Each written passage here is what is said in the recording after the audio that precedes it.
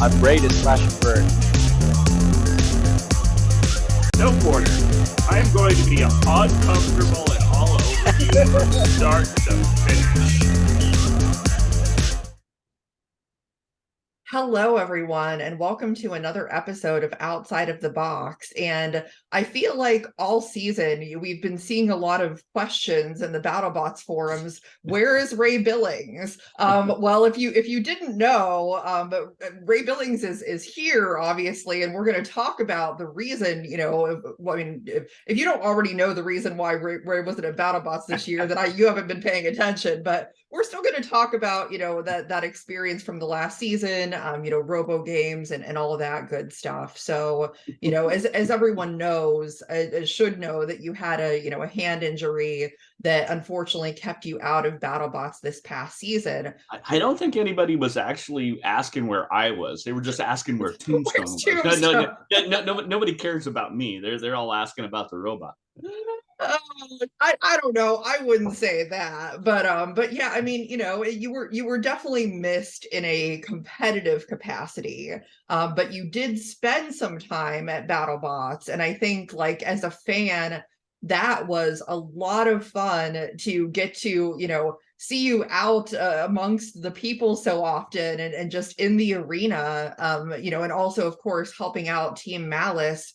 It was a fun event. We had a really good time. I enjoyed being there. And it's a different experience to go and be part of it and not have to fix a broken robot. So I mean, my entire being there ended up being social. So I hung out with all my fellow builders and friends. I was there for about half of the actual filming. And I'd just go out and stand in the where the audience would exit virtually every film session and sign autographs and talk with the fans and whatnot. And I had a really good time. I mean, it still killed me to not be competing, but it was a great experience. I'm glad I went and hung out. Yes, I'm sure that anyone who was there was glad for that. And I think just you being there, a lot of people appreciated that, getting to see you and stuff, stuff like that. What did you think of, obviously you weren't there the whole time, but like of the season and then watching it back, what do you think of World Championship 7 so far? The robots this season, everybody stepped up their game. Everything is definitely improving year over year, which you kind of expect, but it's not at this stage. So many of them are basically championship caliber robots. It used to be you'd have 3 or 4, and it was going to be one of those 3 or 4 that was going to win the whole thing, and it's not like that now. There's out of that tree of 32, there's probably 20 that could get the right, break in the brackets and go the distance. So it's definitely gotten to be a lot more competitive. This season was a really good season. Yes, I would definitely agree. I mean, I think if any season yet, I think it has the potential to like break this idea that you have to be this traditional type of spinner in order to win the whole thing. And I think there's so many robots in the field, like you said, that aren't that and are plenty capable of going all the way. Capable. Yeah, plenty capable. I mean, some of the robots were just doing amazing things, and they're all really well built, dependable. These guys are really stepping it up. The competition was fierce. Yes. So I assume, though, that this was a much more relaxing experience at BattleBots than what you're used to. Yeah, like I said, I didn't have to fix anything. So I was hanging out with Team Malice, so I was in the pits when all of this work was going on, but it's not my robot, so I'm like, you guys have fun. I'll sit over here and watch all the work, And they've got a really good team. They didn't need my help for anything anyway. But I mean, it was just it was a different experience all the way around. It was just stress free to be there because I didn't have to. Other than walk around and be charming, I didn't have anything else to do, and so that was actually a lot of fun. Yes.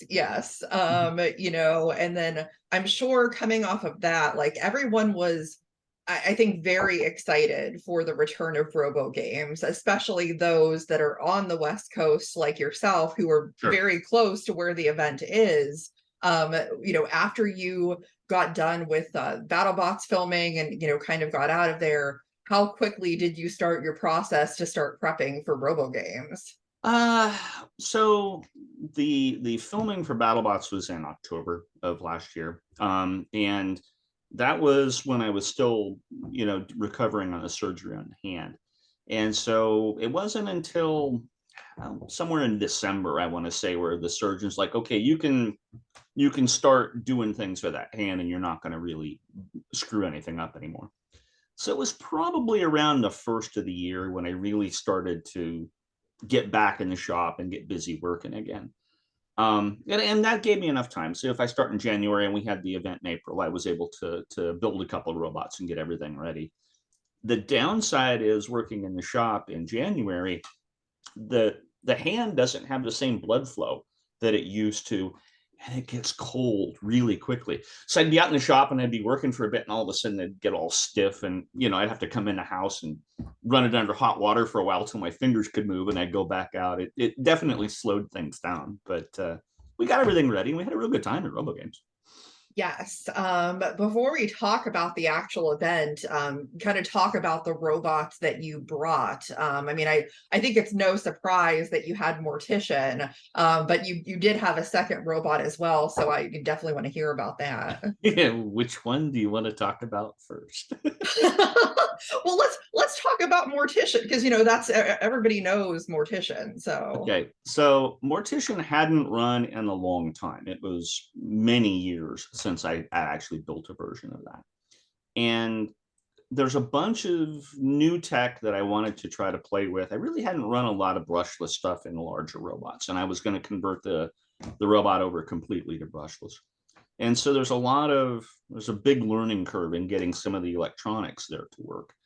And so this was a good opportunity for me to have a heavier robot, not an insect one, to play with to run some of this brushless stuff. And so I had I had great ideas, and then when I started to do it, I realized I'd bitten off probably more than I wanted to chew, because I had to make so many custom things to make all of this work together. And the upside is it gave me a good thing to document as far as the YouTube videos and whatnot. So we did a lot of that, and that turned out really cool.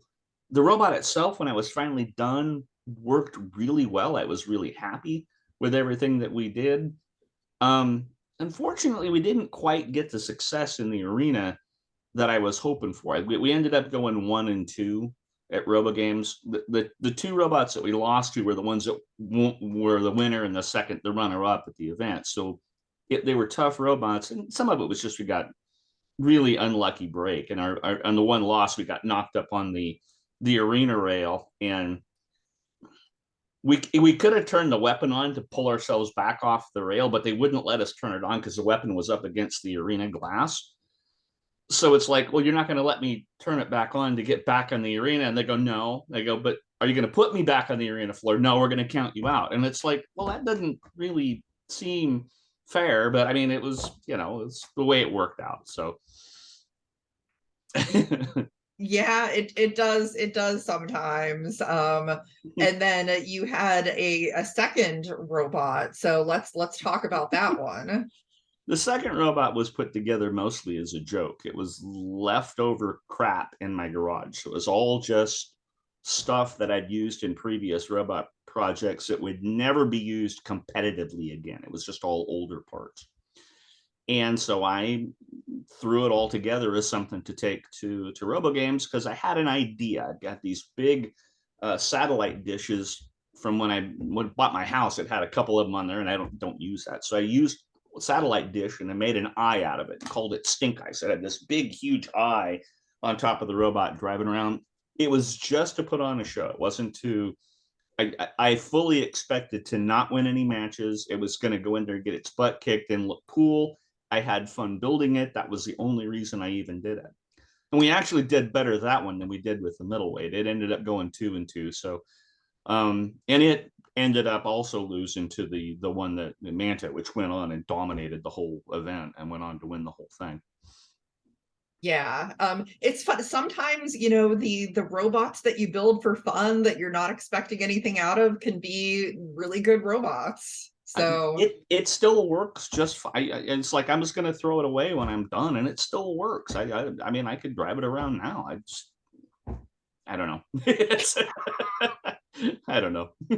and plus, I love that you built a robot that had at least one eye. Mm-hmm. Um Yep. Stink so eye. yep, exactly. Well, the funny part is we had to weld some other material on it as the event wore on, and I didn't have enough weight for the eye anymore. So the last couple of matches, I had to take the eye off. So I guess at that point it was just stink. It was no longer stink eye. That's funny. How was the event overall after, it had been away for so long? It Yeah, sounded like it was a lot of fun. it was a lot of fun. It's a different pace. So you go to an event like BattleBots, and the magic of TV just takes a long time. It drags the matches out forever and ever. Whereas at an event like RoboGames, the gas pedal's mashed to the floor the entire time. Hurry up, get another one out, get another win, just keep going the whole time. And so it's a totally different feel between the two events. Even though you're still running heavyweights, even though it's a lot of the same robots, it's not. It's just a different feel to it because it's an event, not a show. And there's just a different thought process in how you go about being there and running your team. Yes, that is very true. And I would say definitely both have their upsides and downsides. I guess it depends on what somebody wants to get out of it. But I highly recommend, both as experiences for people that I would love agree. combat robotics. Yeah, I would agree completely. So that any of the non-televised Norwalk's another good one where I mean that's a gas pedal mash to the floor event. I mean it does not stop all day long, and it's a different thought process in how you approach the robot, how you approach everything you do is different because you're not going to have time between matches to fix anything. So you better design the robot so your fingers can get in and out of there real quick. Whereas at BattleBots, you're going to have an entire day between matches, sometimes several days at the beginning of the tournament. So you can design differently because your whole repair and management process is different. Yes, yes, that is very true. And like you mentioned, Norwalk, they're having an event next weekend, and there's going to be 159 beetles. So Yep. it's a lot of matches. Yeah. So, now that RoboGames is obviously done, what's currently on your plate as far as robots are concerned at the moment? Yeah. So when I got back from RoboGames, I pulled everything out of the van. I threw it in the garage, and I'm in the ignore robots mode at this point in time. I haven't twisted a wrench on anything since I got back. Um, if we get, you know, a schedule for next year's filming for BattleBots, so we've got talk, but we don't have any. There's nothing laid down in stone. So as soon as we get that, maybe not an actual schedule, but more of a commitment of what the schedule is going to look like, I'll probably start buying material and getting ready to rebuild for there. Um, I would love to try to head back out to Norwalk. It's a lot of fun. It's a great event. So right now I don't have anything to actually take that, but there's smaller robots. I can throw something together really quick if I wanted to. So we'll see if I can squeeze that in through the rest of the years. Try to at least get one trip out there as well. But right now, everything's in the garage, and I am not touching anything right now. Yeah, it can be so hard because when you don't know, it's very hard to plan. And it's very back and forth because Yeah, there's the whole F1 situation, and so that really kind of, not to throw a pun out there, but it really puts a wrench in things. yeah. So Well, okay, so I mean, the house, I kind of said let everything go while I'm getting ready for an event. So like, I mean, you still gotta like dust and trim the bushes and all that stuff. And I haven't done any of that. I mean, I've been ignoring that. So since I've been back, I've been planted my garden and doing some other stuff around the house and whatnot, and just kind of in non-robot mode at this point in time. And we'll see. Soon as I have I need a deadline. I need a reason to panic and get out in the garage and work. And right now I don't have that. So Yeah, that makes complete sense. Yeah, I'm curious too, looking ahead just in general, that, we've definitely seen, like you said, some changes in like the fields, everyone's stepping it up and things like that. We the shelf is obviously still a problem for horizontals. It just is. yeah. But honestly, we've seen, teams like Malice do really well in the fight nights at 3-1 this season. So, it's certainly not as much of a hindrance as some might think. It depends on the style of the robot. So like, there's still a big horizontal, but the configuration is different than say something like Tombstone.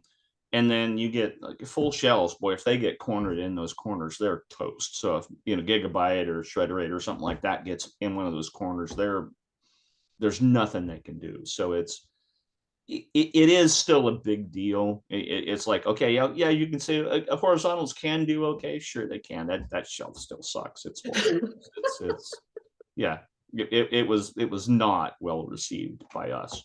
I'm sure. I personally hope it goes away. I have no vested interest at all, but I hope it goes away, because I think it having more openness, like it's better to me. it yeah, it's not as simple as just taking it out. I mean, it really is a matter of just rebuilding the arena without that stuff in it. So it's like, even if you get somebody that will say, yes, we want to take the shelf out, it's not, it doesn't unbolt. I mean, it's literally built into the way it is. So eventually they may shrink it, or I don't think they'll ever take it away completely, but they might back away some of the real estate it takes up, which I would be happy with. That would be a reasonable compromise.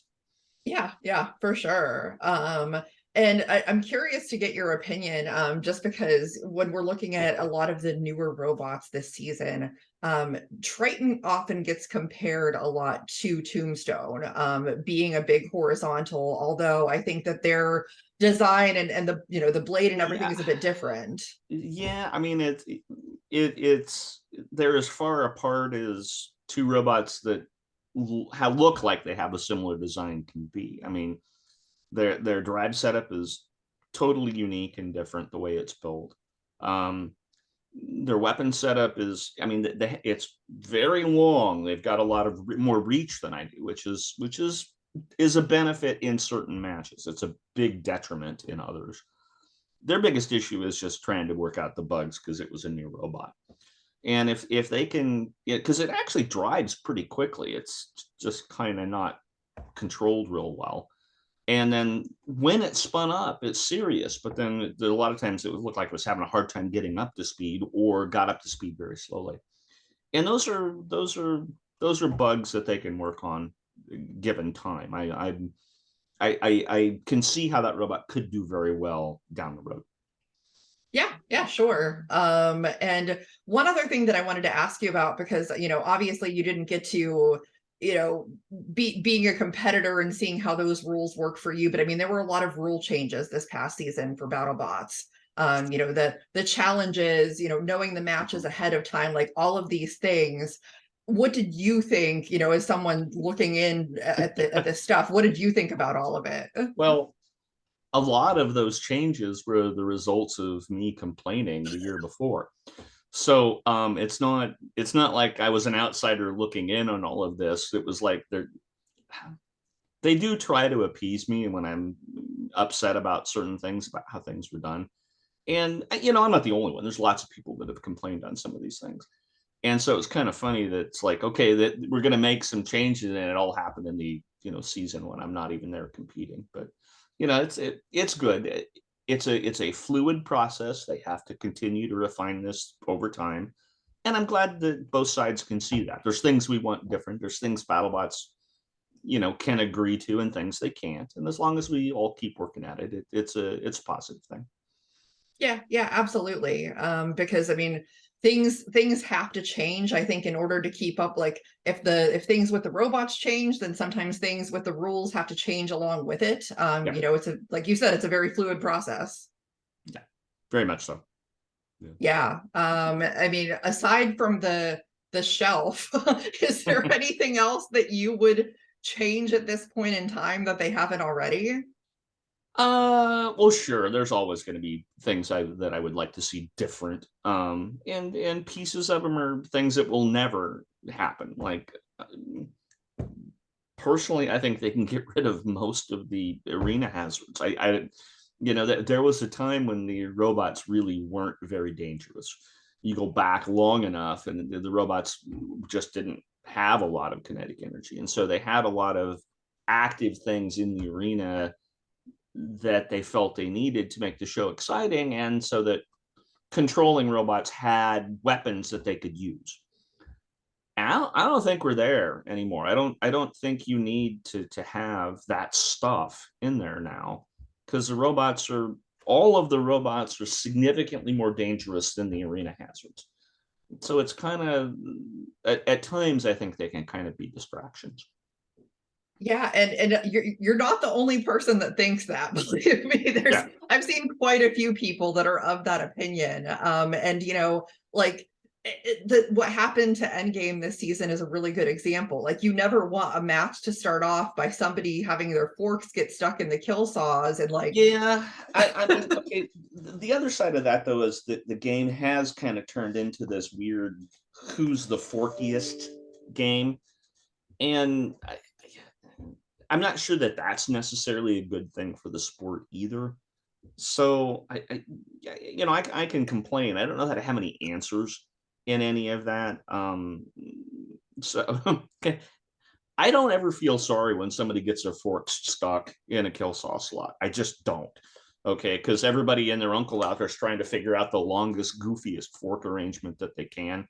And I just, yeah, okay. If you're gonna live by the fork, you die by the fork. I mean, that's just, I don't feel any sympathy there. Yeah, because I was going to say, I'm pretty sure I don't ever remember a time where Tombstone has had forks. So. Yeah. No, I don't see it happening, but I don't know. We'll see. It's a strange world. I'm not ever going to say no. When your weapon has that reach, I'm not really sure that it's necessary. Oh, it'd have to be just a 9-foot long fork sitting out there. I don't know. Yeah, that would be something to see for sure. Yeah, I mean, like you said, it's all about those changes and like breaking these ideas that I think that we've had about like what robot combat should look like, or like what robots need to do in order to win, or things like that. And I think this season has been a really exciting season to see the progression of that. Sure. I mean, like you mentioned with control bots, I mean, look at this season with Claw Viper, like crazy. Yeah. Well, and there's another one where he had a season or two where he had to work out the bugs before he really started making some serious efforts with it. And that's just what building a combat robot is. So, if somebody shows up with something new, there's going to be a few things that just don't work like they're supposed to, and you're going to have to figure out a way to fix those things. And I mean, it's just wickedly fast. It's really got the drivetrain stuff down. Yes. And one other robot that I have to get your opinion on, just because Oh, it's horrible. I don't even know which one you're talking about. Talked It's a horrible robot.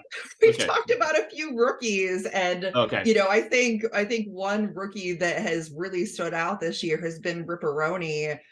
Just in sheer terms of like the weapon and the design. Well, I'm curious to get your thoughts on it. They've done some very interesting things, certainly, and in fact, Fred had to come up to me at one point in time, and he goes, "We did the numbers. Our little counterbalancing disc has more energy than Tombstone does," and it's like, yeah, but I mean, you're not delivering that energy. But he was really excited that they had more energy stored in that than I did. So they've done some really cool things. They have done some things that are unique and interesting. This is all pretty experienced people, so it's kind of hard to say it's a rookie bot, because I mean these are guys that have been building robots for a while, and it's cool that I'm glad that they've done something different and then got some success with it. So that part's cool. You like to see new things. You like to see things that's like, hey, that's kind of unique or different. A lot of times that stuff doesn't. It's unique and different, and it's not effective. In this case here, they did something where They had an idea and they went with it, and they got to a point where they were getting some success with it. So I like seeing that. Yes, absolutely. Well, I mean, I would definitely love to see, a schedule get put together so that you can start building again.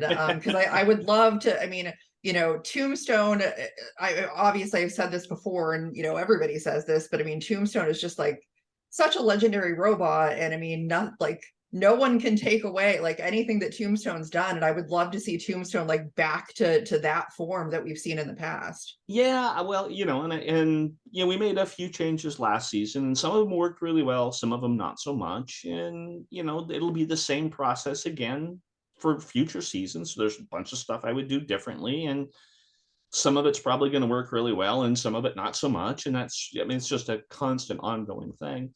And every so often, the team will make a bunch of changes, and everything just sort of lands where it's supposed to and works like you want it, and then they have a great season. And I don't know, we'll see. I've got ideas. I've got a lot of ideas in my head that I want to do, and I think I would do well if I get those things accomplished.